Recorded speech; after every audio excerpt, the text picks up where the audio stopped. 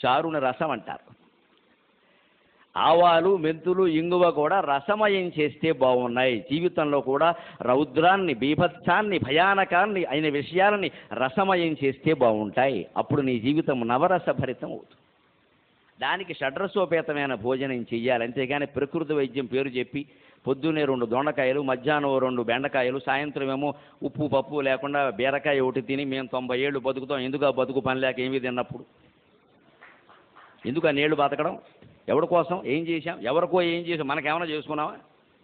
కనీసం తిండి తినే యోగం లేదా? ఈ ప్రకృతి వైద్యం ప్రచారం చేసే పెద్ద మనుషులు నాకు రైల్లో దిగలేరు వచ్చా. అక్కడ కూడా ఇదే ఏదో క్రైస్తవ మత ప్రచారం లాగా.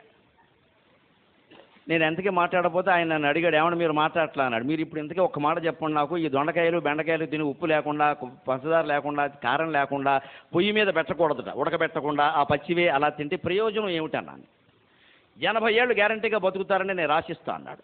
ఇప్పుడు మనకు కావలసిన రుచులన్నీ తిని, మనకు కావలసిన సుఖాలన్నీ అనుభవించి 50 ఏళ్ళకి చచ్చిపోతే నష్టం ఏమైనా ఉందా అన్నాను.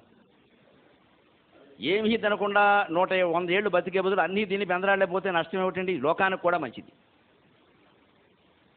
అంచేత రసహీనమైన జీవితాన్ని గడపకూడదండి. ఆహారంలో కానీ, వేషభాషల్లో కానీ, ఆభరణాల్లో కానీ, చివరికి మన ఆస్వాదన, దాంపత్య సుఖాస్వాదనలో కానీ రసహీనమైన జీవితాన్ని గడపకూడదు.